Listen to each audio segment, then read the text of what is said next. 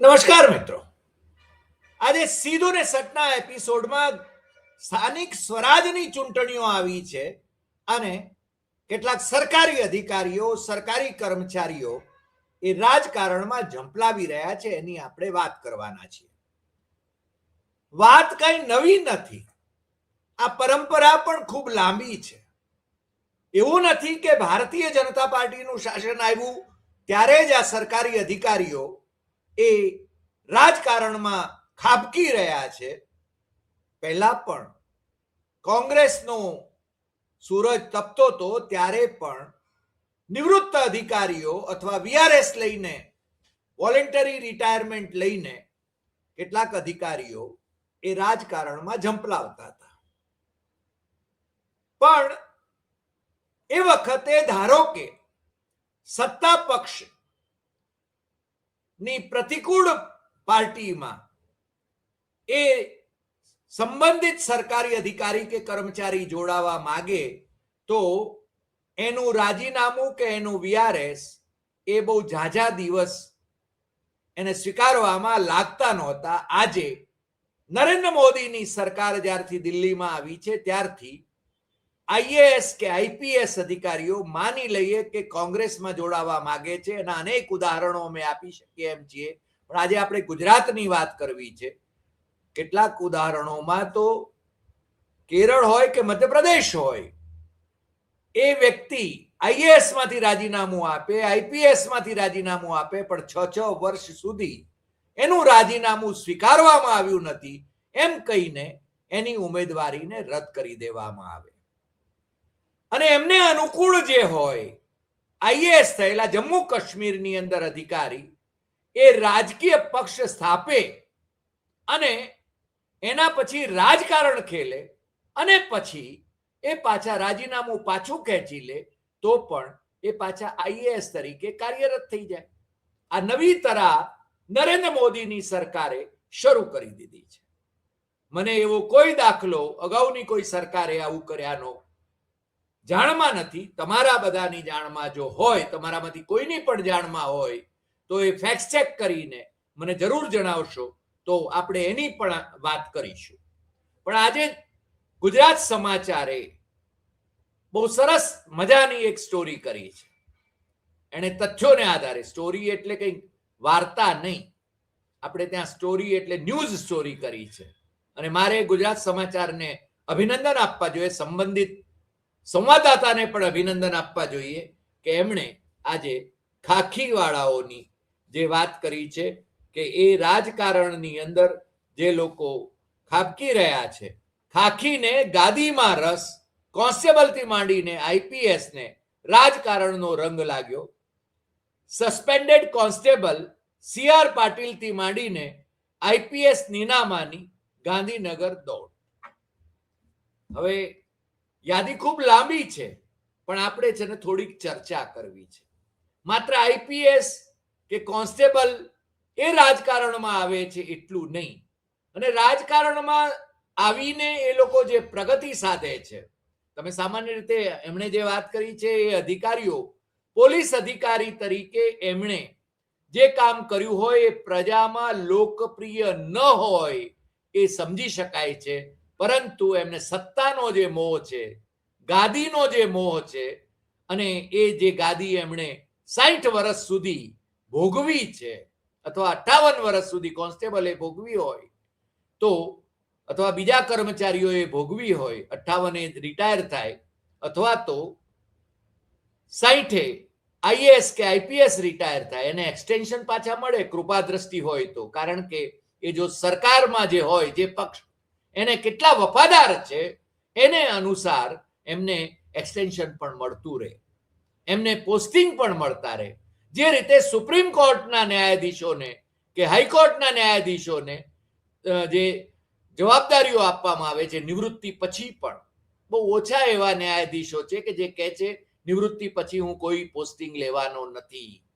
એટલે જ્યુડિશિયરીમાં પણ આ જે સડો પેટો છે એ સડાની વાત જો 8મા ધોરણના પાઠ્યપુસ્તકમાં આવે તો એને છે ને એ પાઠ્યપુસ્તકને જ બંધ કરી દેવામાં આવે અને કાઢી નાખવામાં આવે અને ઉપરથી સ્ટ્રિક્ચર્સ પાસ કરવામાં આવે.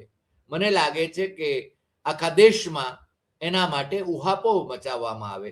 પણ આપણે ત્યાં જે લોકો રાજકારણમાં જોડાય છે, હું તો બહુ સ્પષ્ટપણે માનું છું કે જે લોકો, જે સરકારી અધિકારીઓ, કર્મચારીઓ જે રાજકારણમાં જોડાતા હોય, નિવૃત્તિ પછી અથવા વીઆરએસ લઈને, એ લોકોને એમણે છે ને છેલ્લા 5 વર્ષમાં એમણે જે કામ કર્યું હોય એ કામની નિશ્ચિતપણે એક આયોગ રચીને અથવા એસઆઈટી રચીને એની તપાસ કરવી જોઈએ.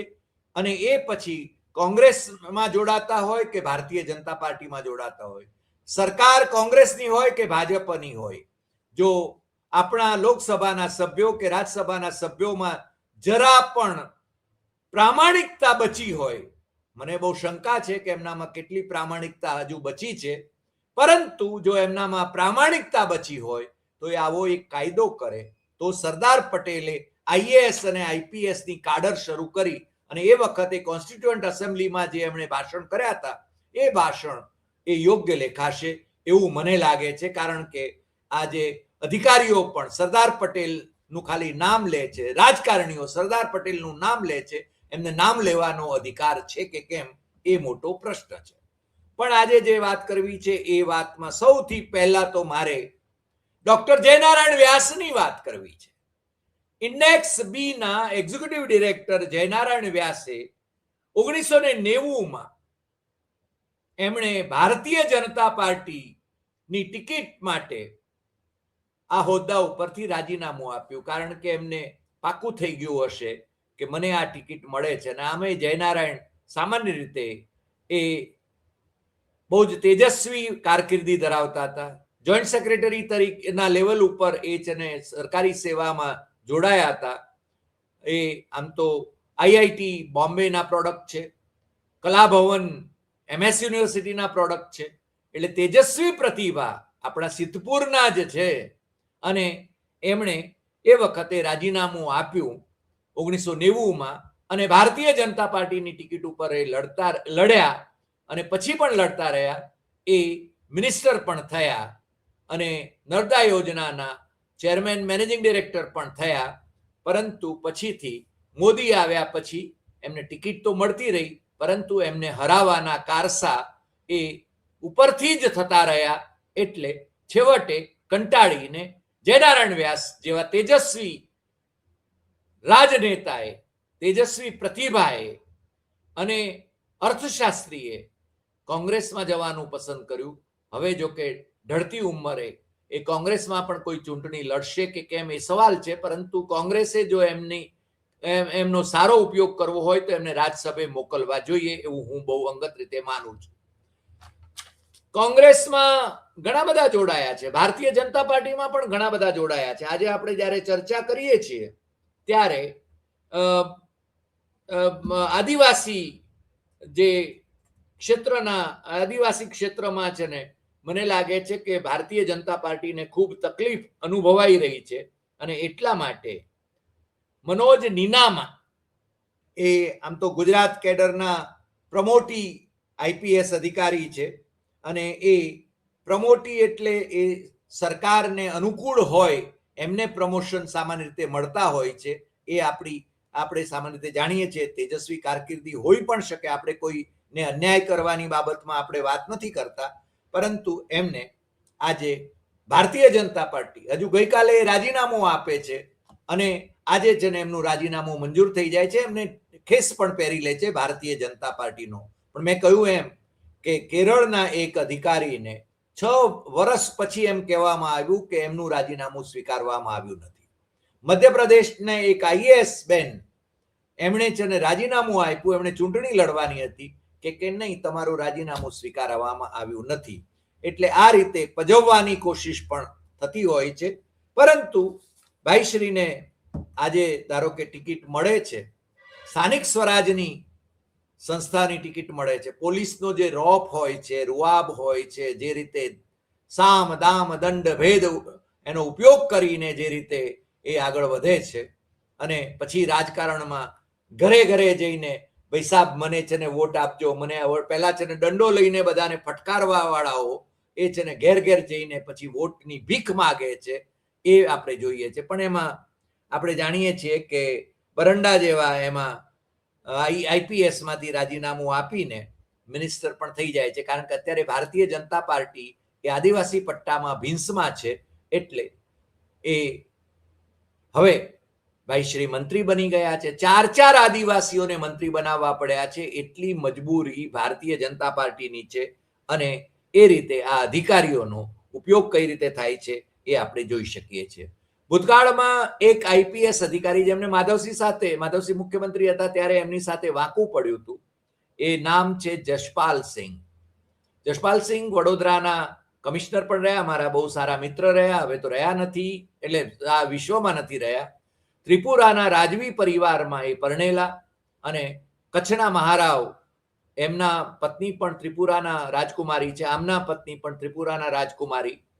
અને આમણે મેયર એ આઈપીએસ હતા, એમણે રાજીનામું આપી દીધું, પોતાનો પક્ષ પણ રચ્યો, વડોદરાના મેયર પણ થયા અને પછીથી ભારતીય જનતા પાર્ટીની સરકારમાં એ મંત્રી પણ થયા, મિનિસ્ટર પણ થયા. મેં જેમ કહ્યું એમ કે આઈપીએસ અધિકારી તરીકે એ પણ હું માનું છું કે જશપાલને પબ્લિસિટીનો ખૂબ મોહ હતો. મને લાગે છે રાજકારણમાં રહેનારાઓ અને રાજકારણમાં જેમણે સસ્ટેન થવું છે એવા અશોક ભટ્ટે રાતે 12 વાગે વીએસ આગળ જઈને છાપામાં મારું નામ આવ્યું છે કે નહીં એ જોવાનો એને જે અભરખો હતો, ક્યારેક અમને પણ સાથે લઈ જતા હતા, કારણ કે એમને ખાલી એટલું જ જોવાનું હોય કે મારા સમાચાર આવ્યા છે કે નહીં છાપામાં, કારણ કે 12 વાગ્યાના ગાળામાં વીએસ આગળ જે છાપાઓ આવી જાય એટલે સૌથી પહેલા એ જોવા માટે એ ત્યાં આગળ હરખપદુડા થઈને જાય, અને નામ આવ્યું હોય તો જાણે કે આહા વાહ વાહ વાહ વાહ વાહ વાહ, એટલે ચા પીવડાવે બધાને. પણ મેં કહ્યું એમ કે જશપાલ છેલ્લે તો જશપાલ બહુ જ દુઃખી અવસ્થામાં હતા.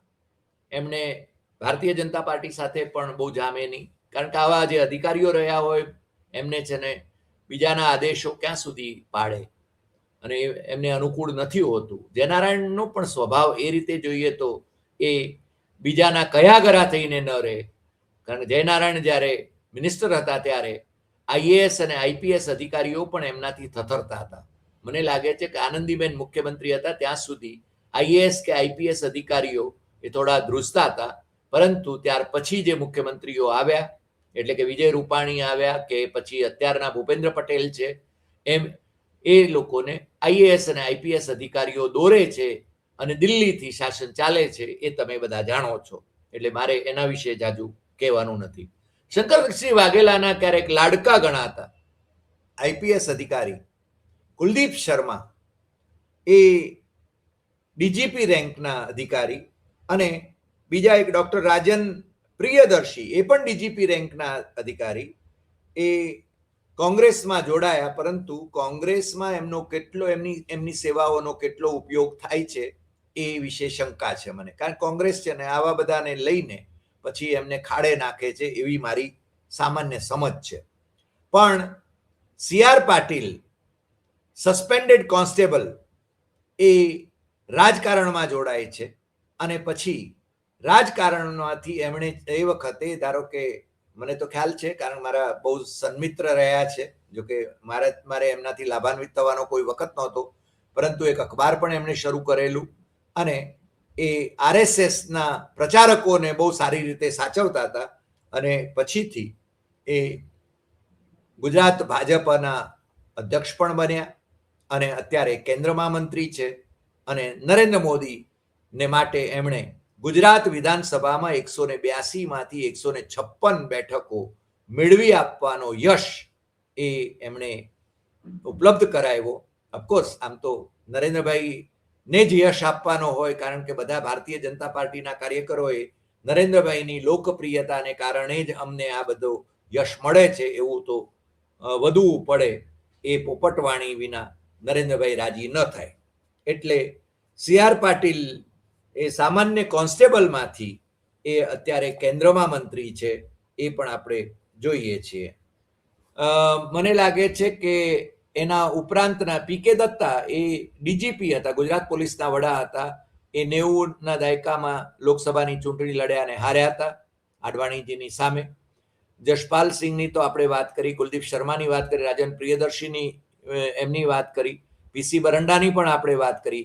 કેડી પાટડિયા એ એડિશનલ ડીજીપી રહ્યા અને ભારતીય જનતા પાર્ટીમાં 2012માં જોડાયેલા. હરિકૃષ્ણ પટેલ એ 99ની બેચના અને ભારતીય જનતા પાર્ટીમાં જોડાયા, વડોદરા રેન્જના આઈજી હતા. એઆઈ સૈયદ ભૂતપૂર્વ આઈપીએસ ભાજપમાં સક્રિય રહ્યા અને એમણે મને લાગે છે એમના વતનમાં એક શિવ મંદિર બનાવ્યું. મહેસાણા જિલ્લાના જ્યારે એસપી હતા ત્યારે એમને મળવાનું થતું હતું. ડીજી વણજારા બહુ ચર્ચિત નામ છે અને ડીજી વણજારા એ આમ તો કોઈ પાર્ટીને વફાદાર રહેવાની કોઈ એમણે કંઠી તો બાંધી નહોતી, કારણ કે માધવસિંહભાઈ હતા ત્યારે વણજારા બંધુઓ એ માધવસિંહને માટે ક્રાઉડ પુલર હતા. અમરસિંહભાઈ હતા ત્યારે એમના માટે ક્રાઉડ પુલર હતા, કારણ કે વણજારા કોમ્યુનિટીમાં એમની સારી એવી વગ, અને હવે તો વણજારા કોમ્યુનિટીને પણ એમણે એસટીમાં એમના ભાઈએ કેજી વણજારાએ એ સામેલ કરવા માટેની જેહાદ જગાવી છે. એમણે તો મોદી સાથેના એમના અંતરંગ સંબંધો અને જે મિશન મોદીના હતા એ એમણે પાર પાડવા બદલ એમણે જેલવાસ પણ ભોગવ્યો.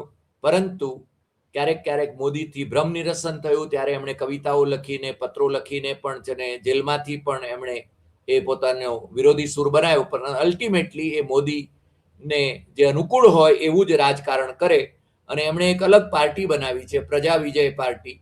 આમ તો ધર્મગુરુઓને ભેગા કરે છે સામાન્ય રીતે.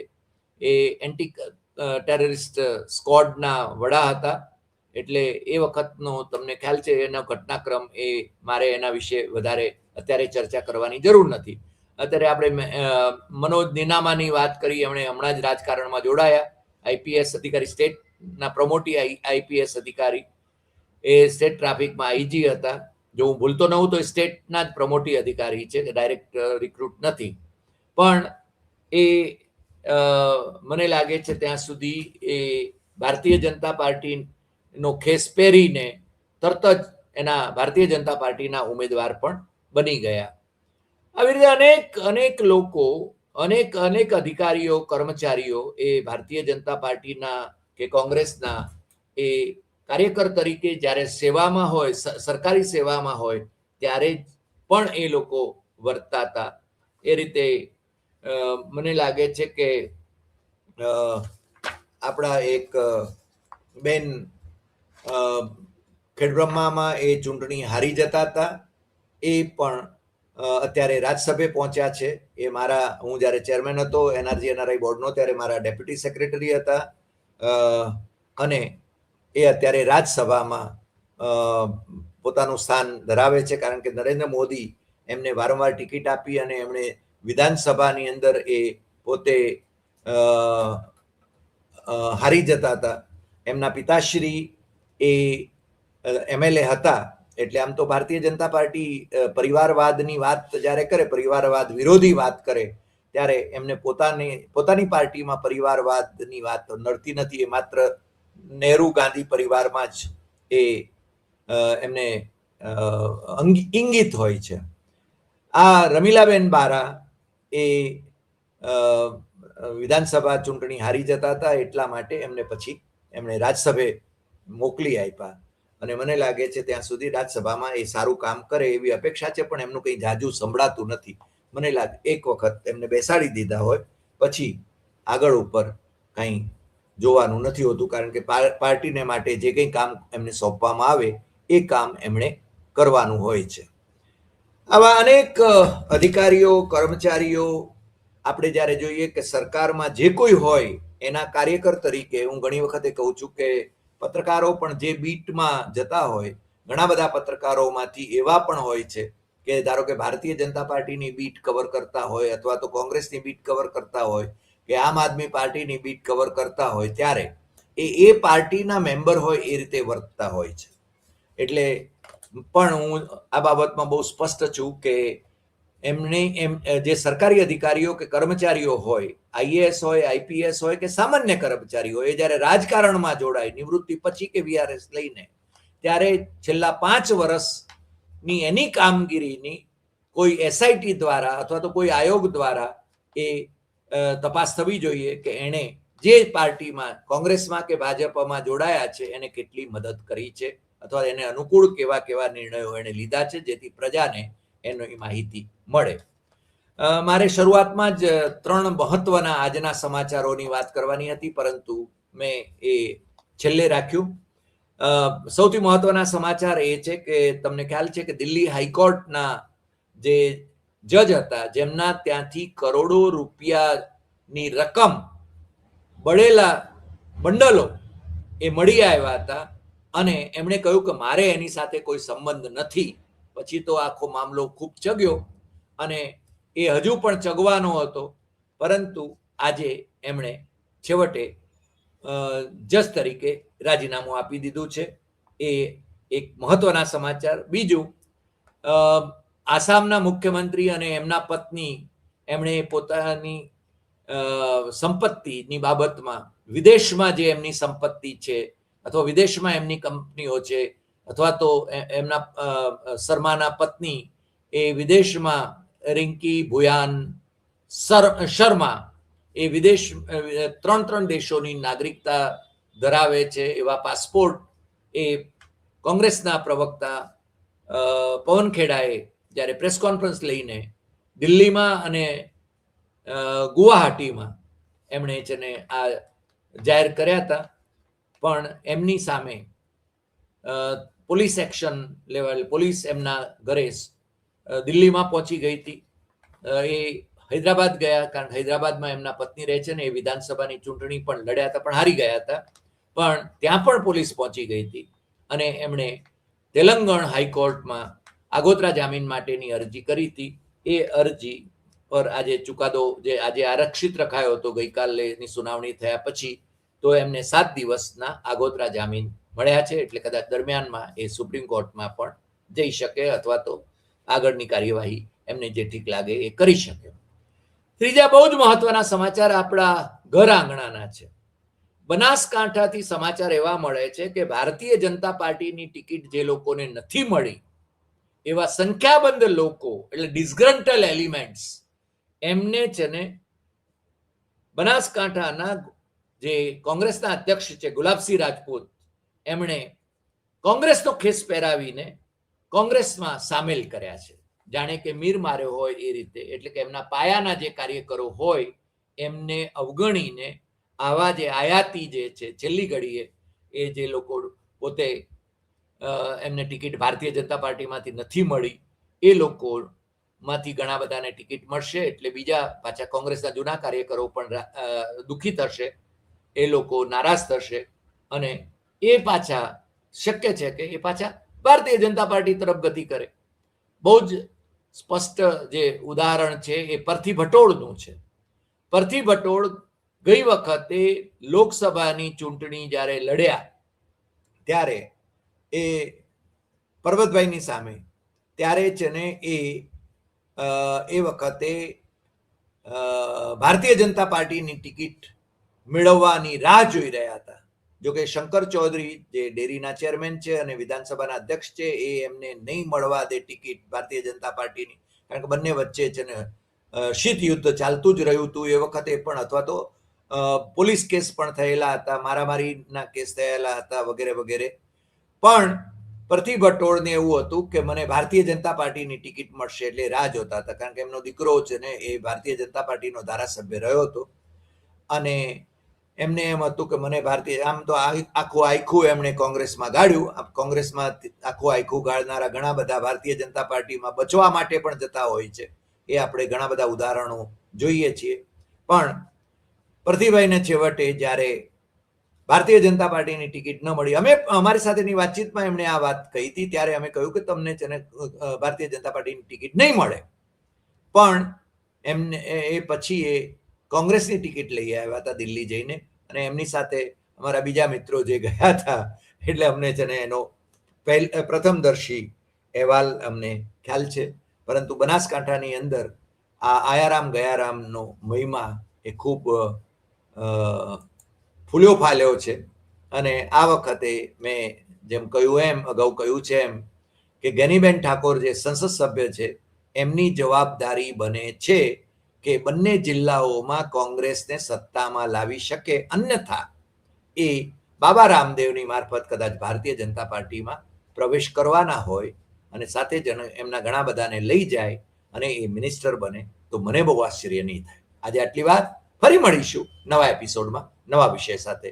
તમને જો આ એપિસોડ ગમ્યો હોય તો સૌથી વધુ શેર કરશો, લાઈક કરશો, કમેન્ટ કરશો અને આપણી YouTube channel doctor Hari Desai Satyamev તથ્યમ એ સબસ્ક્રાઇબ કરવા માટે મિત્રોને જરૂર જણાવશો. નમસ્કાર.